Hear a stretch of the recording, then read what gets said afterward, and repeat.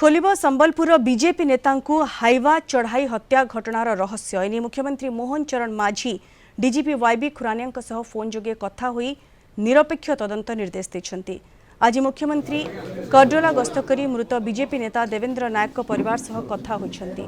मृत देवेंद्र पुओ रोहन हत्याकांडर क्राइमब्रांच तदंत पई दाबीपत्र दैछंती। गत जनवरी 5 तारिख में बीजेपी नेता देवेंद्र नायक और बीजेपी नेता मुरलीधर छुरिया को हाइवा गाड़ी धक्का दे हत्या करथिला। ए घटना तदंत करा उचित और न्याय मिलिबो बोली कहिसेंती मुख्यमंत्री। षड्यंत्र करी उभय नेता को मारी दिया जायतिबा अनुभव हेउतिबा कहिसेंती मुख्यमंत्री।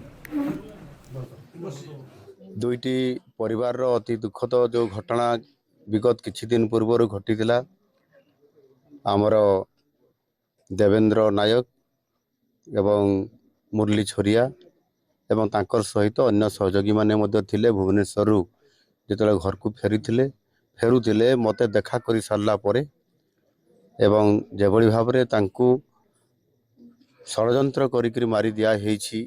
निश्चित भाव में यार उपरे अधिक इनक्वारी हेबो एवं जदि एथिरे कन्स्पिरेसी थिबो बा किछि षड्यंत्र थिबो ताले निश्चित भाव में आम सरकार ताकु बाहर करिवे।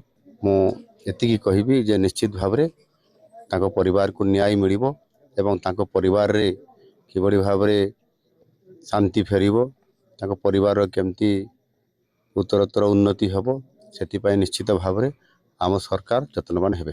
जोटा बापा डेथ है एक्सीडेंट बहुत सस्पिशियस एक्सीडेंट थिला ता ऊपर आम दाबी रखीचु जे जेमती कि तदंतटा बहुत आउटे स्पीड अप हो आउ क्राइम ब्रांच स्तरीय तदंत हो बोली आम दाबी रखीचु।